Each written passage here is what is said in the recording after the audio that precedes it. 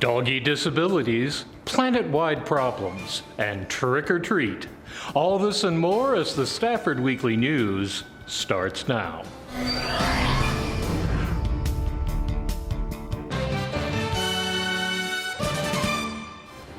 Welcome to the Friday, October 28th edition of the Stafford Weekly News. I'm Randall Williams. Veterinarians are great, but sometimes our pets might need more care than what a normal clinic can offer. We visited a local office that aims to fulfill that need. Well, I'm really excited about our practice in Stafford. We are a specialty veterinary hospital and we specialize in orthopedic surgery.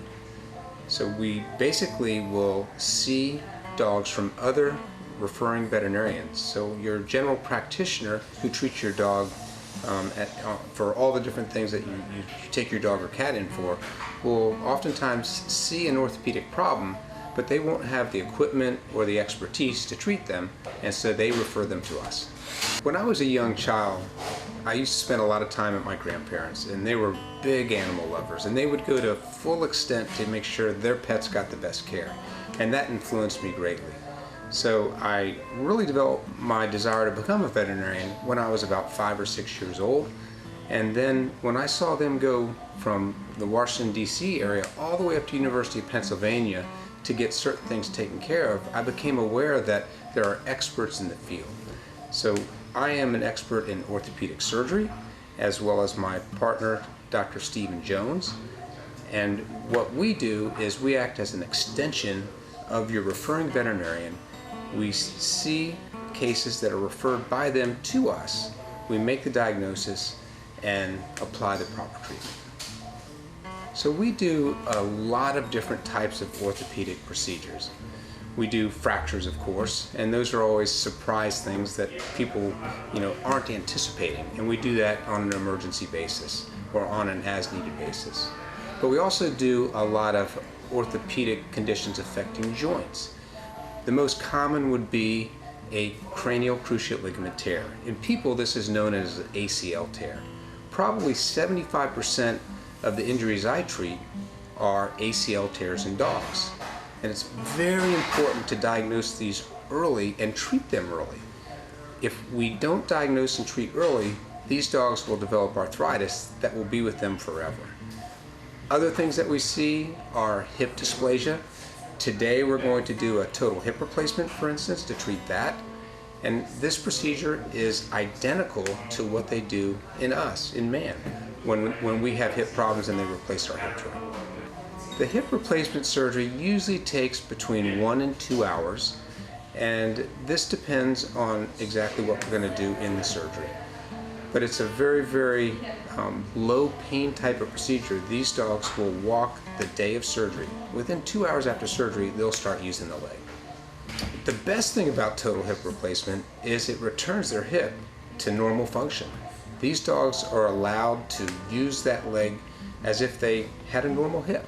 They can return to athletic events. I've had these dogs go back to agility, different field trials, all sorts of different sporting activities.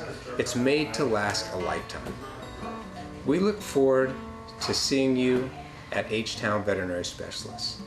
We will treat your pet just like we would treat our own personal pet. We will treat it with the highest level of expertise, the highest state-of-the-art medicine and equipment.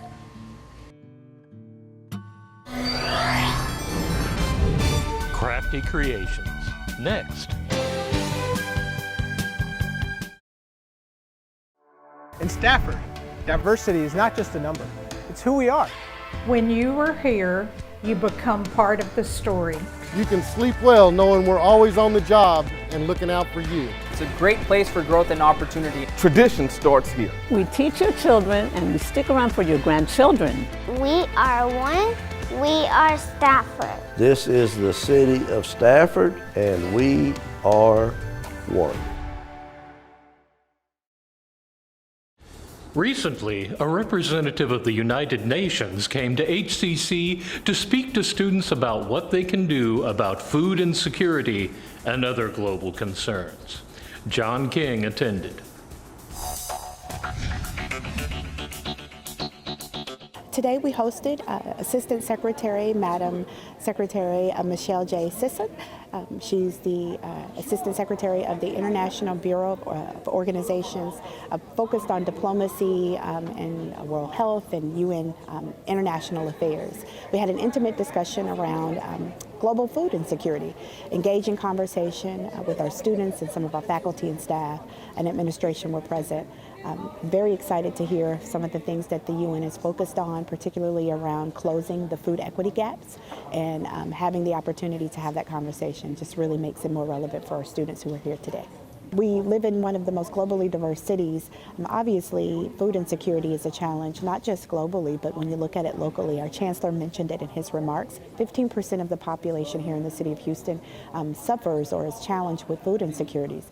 Our students are no different. Our students are impacted in the same way. So understanding how we can help close that gap, how we can address some of those needs, specifically as we think about the impact on student success and why we're focused on supporting the whole student, I think that makes this conversation even more relevant. I'm here just a few days early out here in Houston. Of course, such a global city, a diverse city, a city with so many international connections, to talk about the role of the United States in helping lift up these priorities: promotion of human rights, promotion of peace and security, promotion of economic development. What we do as the United States, what we do as the State Department, and in the Bureau of International Organization Affairs, which I had at the State Department, to lift up these priorities. I am super excited to be here on the HCC Southwest campus today with the students, and really am inspired by how much they are watching these challenges in the world, their approach to jumping right in and try to problem solve and contribute to the solutions. And I'm really trying to encourage the students out here at HCC Southwest to think about a career in international affairs, in multilateral diplomacy, whether that's with the State Department or another U.S. government agency, working overseas at our embassies, or perhaps a career with the UN system itself. So we can help lift up all of these priorities, whether we're talking peace and security, whether we're talking economic development, the promotion of human rights, and so forth. I get a lot of inspiration from all of you. I was super excited because I felt like all of these issues that we talked about, they also impacted my way of thinking, and they let me know some of the things that I have to work on in the future, that I may be part of the solution. I can work on it on the future, or maybe even right now, like to raise awareness or join any charitable organization. One of my goals were like, look, in the future, because I'm from Libya, in the future that I would find a way to make everyone, or have the ability to find a way to make it so that people have access to healthy food and not just fast food or like places that people go to just to find cheaper food.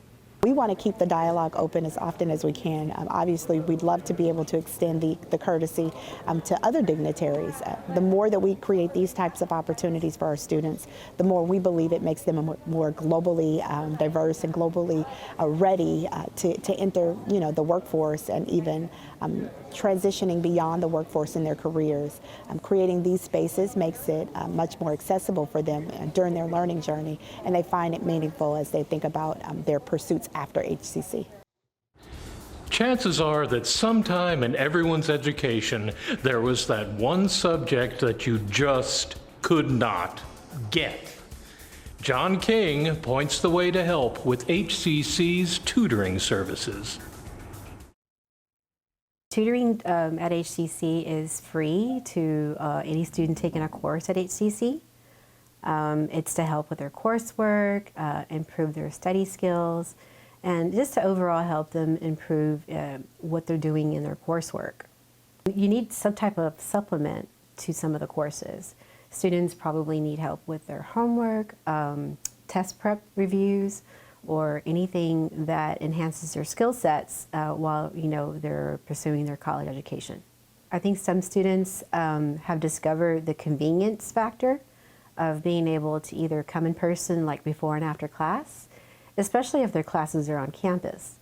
But for some students, you know, who may have transportation problems, or they're taking a class at one campus but work across town, they like the convenience factor of being able to meet with a tutor virtually.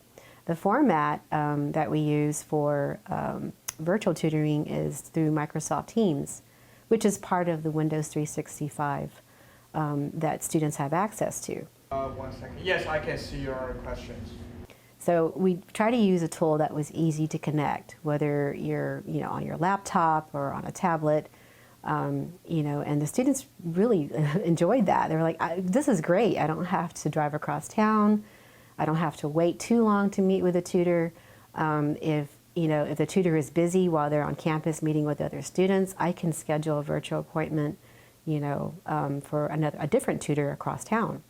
The other factor is if they don't have the technology at home, we do have computers in our tutoring centers, as well as some of the webcam and headsets that they could use to have a virtual session there with a tutor that is at a different campus. So we try to think of everything to assist the student and avoid the barriers of trying to get the help that they need. 40 seconds, minus 25, right? You're going to have to use your voice and ask for that help. You know, I always give presentations to students in person for new class visits, especially the first gen. And I want students to understand that it's okay to ask for help. There's nothing wrong with that. This is what we're here for. Whether it be your counselors, your professors, your instructors, or even the tutors, you know, asking for help is highly recommended. When I was in college, I didn't have tutoring support, and I wish I had that. I find myself always struggling with my subjects on my own, unless the professor had some time to spend with me. But if they didn't, it was like, you know, I really had to try my best to make it. But in this situation, the services are there. And I highly recommend that students use it, because this is an opportunity to enhance your skills. And not to see tutoring in a negative light. You know, it's not necessarily for those students who are having difficulty in courses. It's an opportunity to improve your skill sets. The transition from high school to college can be very challenging for first-year students. You know, what they were taught in high school may not be in the same way in college level. The professors, you know, have higher expectations. There are deadlines that students must meet. There might be other prerequisites that professors expect of their students. And so, you know, a first-year college student will probably be like, oh, I didn't know I was supposed to know that. You know, and this is an opportunity where if they attend some workshops or any of the other virtual workshops that are offered through Student Life or counseling services, they're very useful information. If students want to connect with a tutor, we have a tutoring call center number that they can call, 713-718-8184. Or they can visit our tutoring website, and it has the different options of tutoring. It explains how in-person tutoring works, how virtual tutoring works, and also how they can connect with Upswing, which is the online tutoring platform through HCC Online College.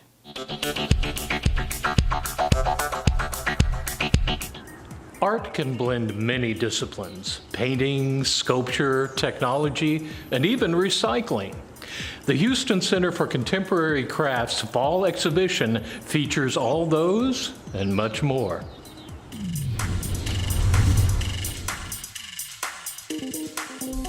Today we're looking at Craft Texas, a wonderful exhibition that was juried by Craft Contemporary Director of Public Engagement, Andres Payan Estrada, and then curated by myself. This is a great exhibition. We've done Craft Texas. This is, I think, the 10th iteration. It's typically biennial. This is the first one we've done since 2018, so we're coming back with a bang. So you'll see work made of all sorts of different craft materials. You'll see work from a tiny scale to 19 feet large. So you'll see pretty much any and everything that you may or may not expect to see at a craft survey. That is a really exciting piece by Olaniyi Rashid Akindia. He has actually shown with us before in our Nothing Goes to Waste show that we had earlier this year, and he works on a spectacular scale, so much color, so vibrant. Each of his pieces really come alive, and that's couldn't be more true with this piece, which also won one of our awards of merit. So really exciting to see an artist so talented be celebrated and be able to be a centerpiece in this exhibition. Ghost Box by Steve Parker. That was such a fun exploration, just putting it together. The piece is a lot about Morse code and different methods of sound transmission, and it gets really sciencey, which is what I really appreciate, is that craft sometimes crosses over from being, fine art to being engineering and mechanical, electrical, so many different aspects to what it means to be a craftsperson. So it's a really exciting piece, and I'm glad that people are interacting with it. So with this work, there are, I think, 19 different pieces of brass that you can lightly tap, and you can put on the headphones, and once you tap it, you'll hear either a Morse code transmission, or you'll hear something that might have been on the radio. So there's some like older songs that people might recognize. I know Wade in the Water is one that plays, but it's really exciting, and it's also one of those pieces. There are two sets of headphones, so one person may be interacting on one side and somebody else may play a different sound. So it's very responsive, which I think is kind of the point about these pieces. It's all about communication and, two different parties. The boat is great. Brandon Ta Harris is very talented, and there's actually a portrait of his grandparents inside of the boat. And so he's got all of these wonderful artifacts speaking to his Vietnamese heritage, and there's such a large Vietnamese population here in Houston. So we're glad to be able to represent for those people, as well as having the title is written in Vietnamese. And so I found that was really interesting, as all of our ballots in Houston are written in English, Spanish, and Vietnamese. So really showing some of the lineage and history that we have. And part of what makes Texas so diverse is having these communities that have roots here as well. This show will be on view through January 28th, 2023. So there is plenty of time to check it out and see for yourself.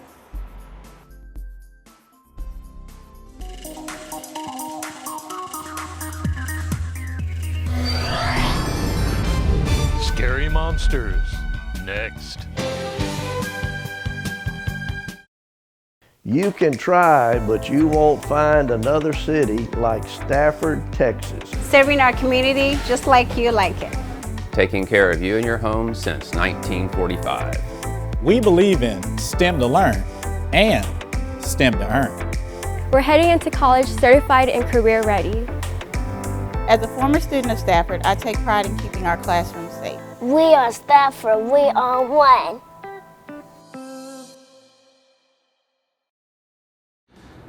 Halloween can be a lot of fun for grown-ups, but let's face it, the children are the best part.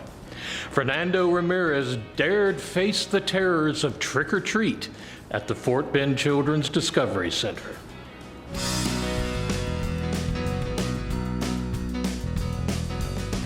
Our Halloween theme this year is Monster Mayhem, and the events that we have going on are really all month long. Big highlight is trick-or-treating. So we trick-or-treat every day from 4 to 6 during the week, and then all day on Saturdays from 10 a.m. to 6 p.m. And then we highlight Halloween activities on Saturdays.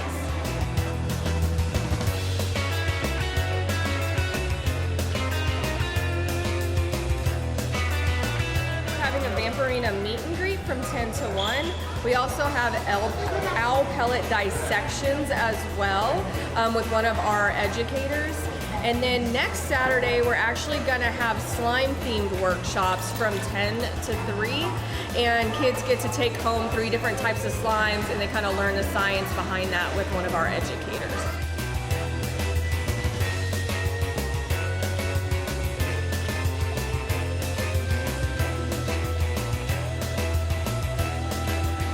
I think it's really fun fun. We decorate the museum. We go all out with our decor. So I want the kids to notice that and kind of see those things, but also just kind of see the other exhibits within the museum where they can have fun, really explore, have their hands-on experience. Well, I think that's very important, especially from like a parent's perspective, and something that we just want to be here for the community as a safe option for kids to go, have fun, and just be able to be a kid.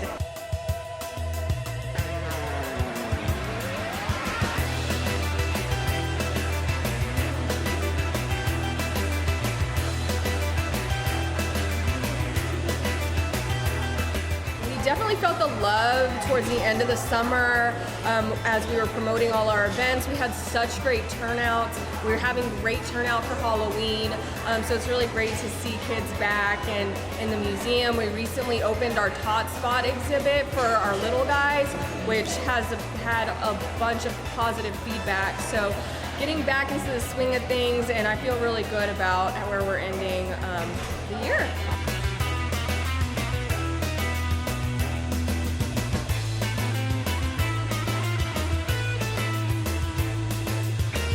Parents can go to our website, childrensdiscoveryfb.org, or you can always follow us on Facebook, social media, Instagram, and we always post our events there as well. So we do have Day of the Dead coming up the first weekend of November. We have Diwali that we're going to be celebrating. We celebrate all week long during Thanksgiving with a bunch of fun activities, and then Christmas we decorate the museum, and it's gonna be 100% chance of snow, and we have fun events planned for every Saturday leading up to our big New Year's noon event and countdown for the new year. We hope the community comes out and sees us as a fun, safe option, and somewhere where the parents and the kids can really make memories together. Scientific spookery was the order of the day at the Houston Museum of Natural Science in Sugar Land, and Fernando Ramirez somehow survived to tell us this tale. We're so excited on this beautiful day that we get to do our annual Halloween festival. It's called Tricks, Treats, and T-Rex. This year's theme is an enchanted forest, and we have a magical maze out in our pollinator garden where our visitors can do activities, games, crafts, get treats, and then they also get to visit our family-friendly haunted house and navigate through an enchanted forest with surprises around every corner. We've done this event for several years. We had to take a hiatus a couple of years ago for COVID, and we were so delighted to bring it back last year. This year it's even bigger than it was last year, so we're really excited to be able to go back to this tradition of the magical maze. Being a science museum in a community like this, we also like being a destination for families who are celebrating different things throughout the year. So in fourth quarter, we have a wonderful event called Cookies with Santa. It's going to be in December, on December 3rd, and you can visit and meet Santa and Mrs. Claus, take a picture, and do all kinds of fun North Pole related activities. We also have an event called Jingle Tree, which is in November. It's a week-long event where we put up an exhibit of themed decor and holiday trees. Some of them are traditional, some of them are very whimsical, and it's a way for people to come out and see what we have to offer and do something fun with their family at the same time. We're so grateful for the support from the community. We had an incredible summer.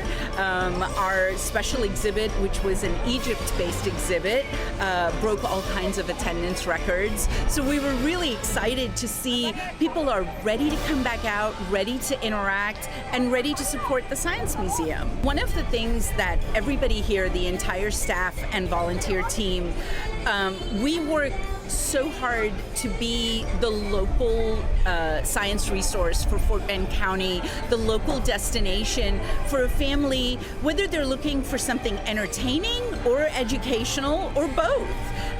So I hope that those who've never been here before not only enjoy the festival, but then they take some time to go through all of our exhibits and see what the museum has to offer. We're so delighted with the turnout today. It's been incredible, and we are already, believe it or not, planning for next year. So the haunted house is going to be bigger and better next year, and we hope everyone watching will come out and join us throughout the year. Check our website, which is www.hmns.org/Sugarland, and you'll always see the most current things that are happening at this location.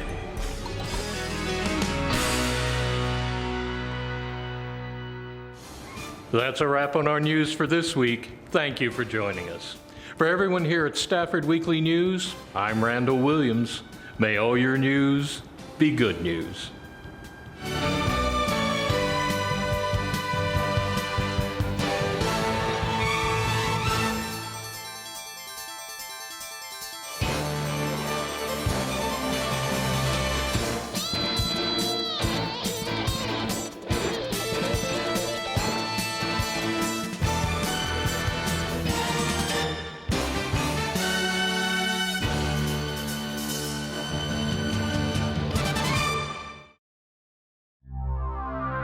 This program was produced on the Stafford campus of Houston Community College.